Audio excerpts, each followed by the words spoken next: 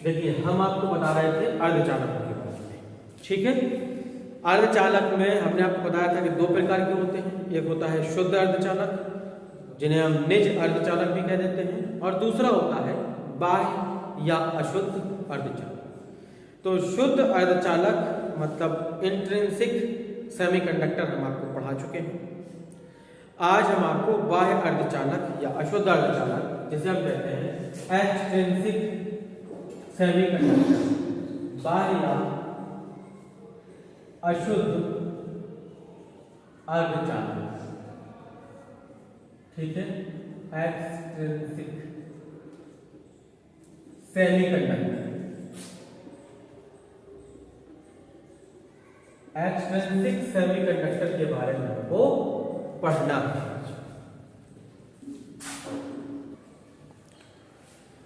तो हमको बाह्य अर्धचालकों के बारे में समझना है। बाह्य अर्धचालक क्या कहलाता है?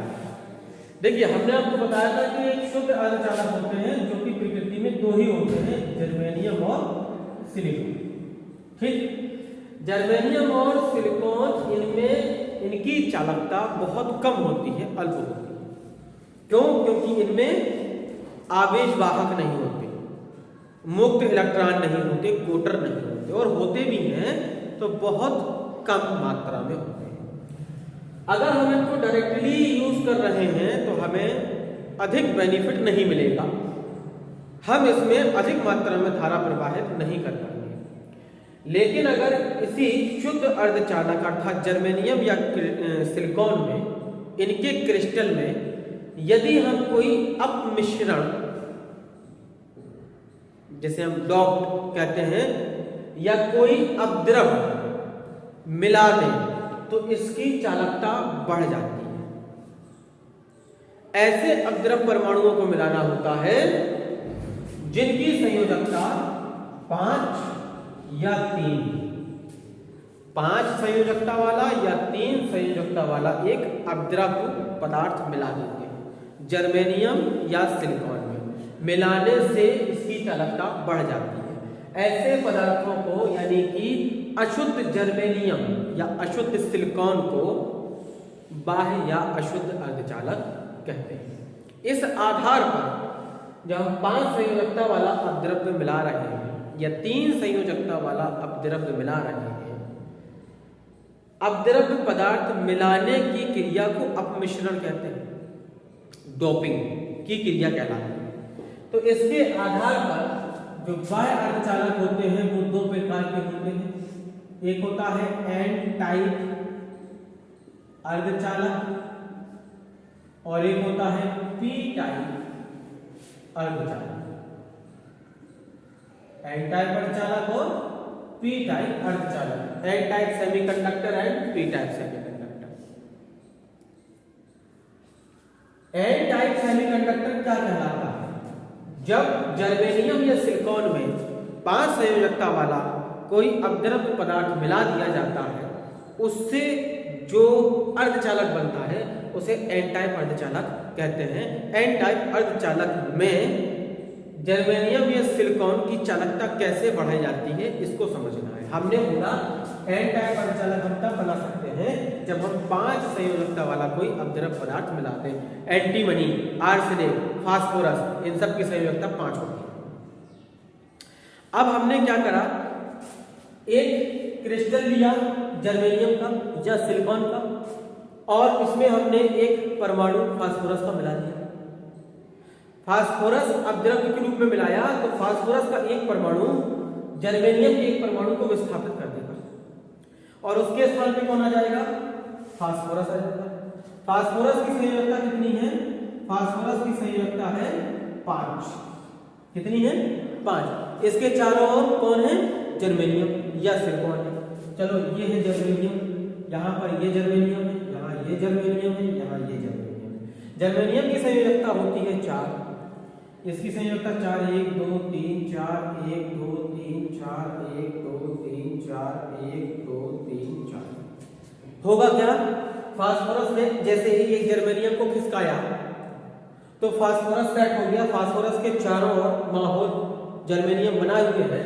जर्मेनियम के साथ ये एक इलेक्ट्रॉन से साझा करेगा, संयोजक बंध बनाएगा, एक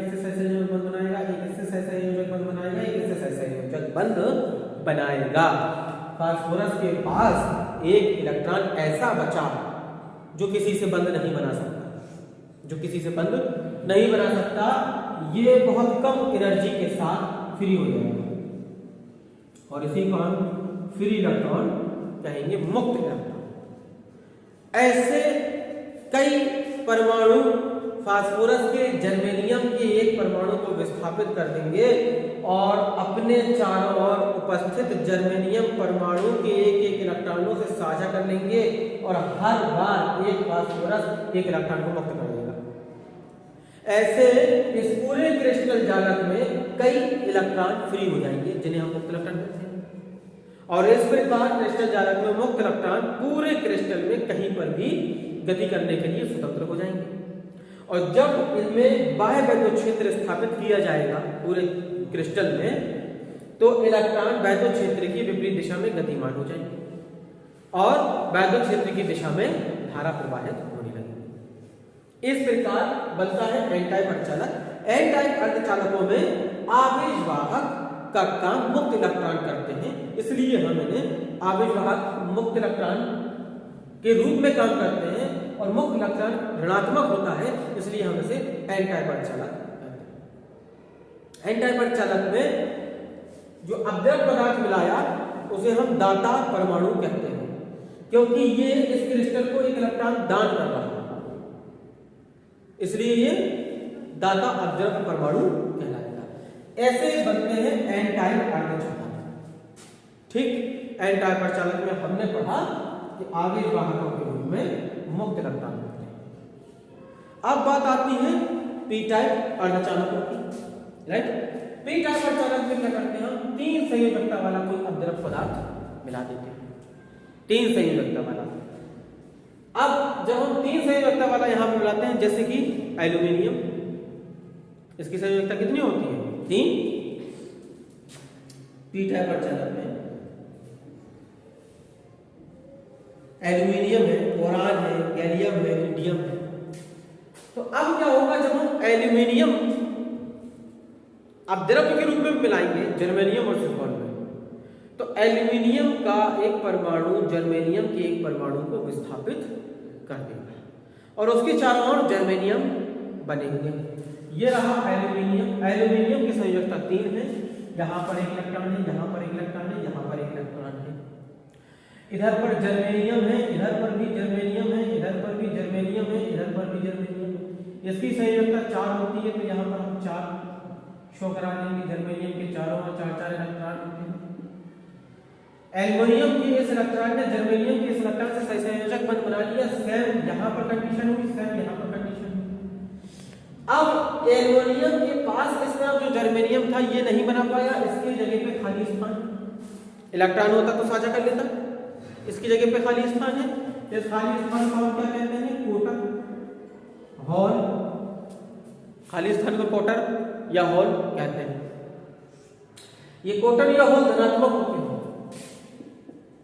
जैसे इलेक्ट्रॉन ऋणात्मक होते हैं ऐसे कोटर या हॉल धनात्मक होते हैं।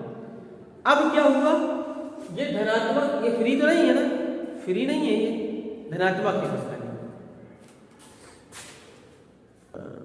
पता चला मैंने एडिटिंग के डाल दिया। कहाँ से?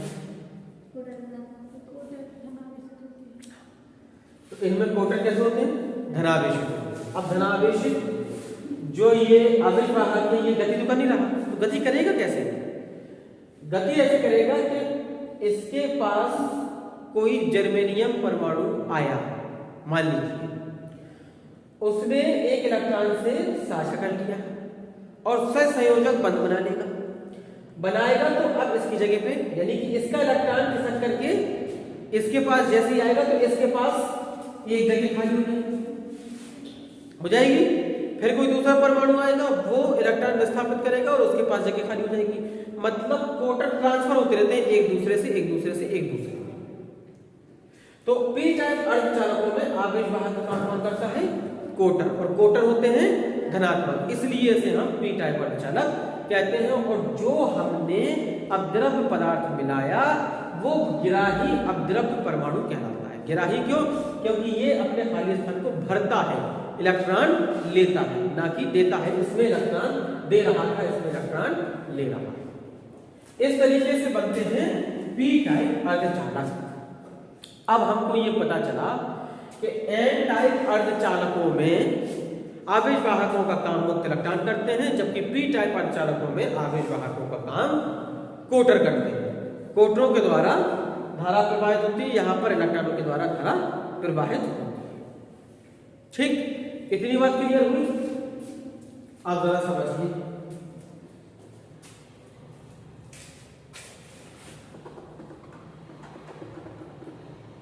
इसके आधार पर हम देखेंगे बहुसंख्यक वाहक और अल्पसंख्यक वाहक। मेजॉरिटी कैरियर्स और माइनॉरिटी कैरियर्स। वाहक मतलब ले जाने वाले। एन टाइप अर्धचालक में कौन है आवेश वाहक के रूप में? इलेक्ट्रॉन। पी टाइप अर्धचालक के में आवेश वाहक का काम कौन कर रहा है? कोटर। तो एन टाइप अर्धचालक में मुक्त इलेक्ट्रॉनों की संख्या और पी टाइप अर्धचालक में कोटरों की संख्या को बहुसंख्यक वाहक कहते हैं। ठीक है, एन टाइप में मुक्त इलेक्ट्रॉन आवेश वाहकों का काम करते हैं और पी टाइप अर्धचालक में कोटर आवेश वाहकों का काम करते हैं। इसके अतिरिक्त ऊष्मीय विक्षोभ की प्रक्रिया होती रहती है। ऊष्मीय विक्षोभ के कारण इनमें सहसंयोजक बंध टूटते रहते हैं और सहसंयोजक बंध टूटने के उपरांत, अच्छा, सहसंयोजक बंध टूटने के उपरांत एन टाइप अर्धचालकों में कुछ मात्रा में, बहुत कुछ मात्रा में, कम मात्रा में कोटर होते हैं और पी टाइप अर्धचालकों में बहुत कम मात्रा में इलेक्ट्रॉन होते हैं। बहुसंख्यक वाहक कौन है? इलेक्ट्रॉन। तो इसमें अल्पसंख्यक वाहक कौन होगा? कोटर। इसमें बहुसंख्यक वाहक कौन है? कोटर। तो इसका अल्पसंख्यक वाहक कौन होगा? इलेक्ट्रॉन। हम कह सकते हैं एन टाइप अर्धचालकों में कोटरों की संख्या और पी टाइप अर्धचालकों में इलेक्ट्रॉनों की संख्या को अल्पसंख्यक वाहक कहते हैं। ऐसे पता चलता है बहुसंख्यक वाहक और अल्पसंख्यक वाहक क्या कहलाते हैं। दूसरी बात, इनमें जितने इलेक्ट्रॉन होते हैं आवेश वाहक के रूप में, उतने ही इसमें धनात्मक आयन होते हैं। कुल मिलाकर क्रिस्टल वैद्युत उदासीन होता है जब तक उस पर बाह्य क्षेत्र आरोपित न किया जाए। पी टाइप अर्धचालक में जितने कोटर होते हैं, कोटर धनात्मक होते हैं, उतने ही इसमें ऋणात्मक आयन होते हैं, जिससे कि पूरा क्रिस्टल उदासीन बना है। आगे पूरी बात समझ में? ऐसे समझते हैं हम एन टाइप और पी टाइप अर्धचालक। उनमें आवेश वाहक, उनमें बहुसंख्यक वाहक, उनमें अल्पसंख्यक वाहक। फिर अब इनको आगे की प्रक्रिया से देखेंगे कि क्या होता है, एन टाइप पी टाइप अर्धचालकों का प्रयोग कैसे करते हैं, कहाँ करते हैं, कब करते हैं, किन किन चीजों में करते हैं। ठीक है।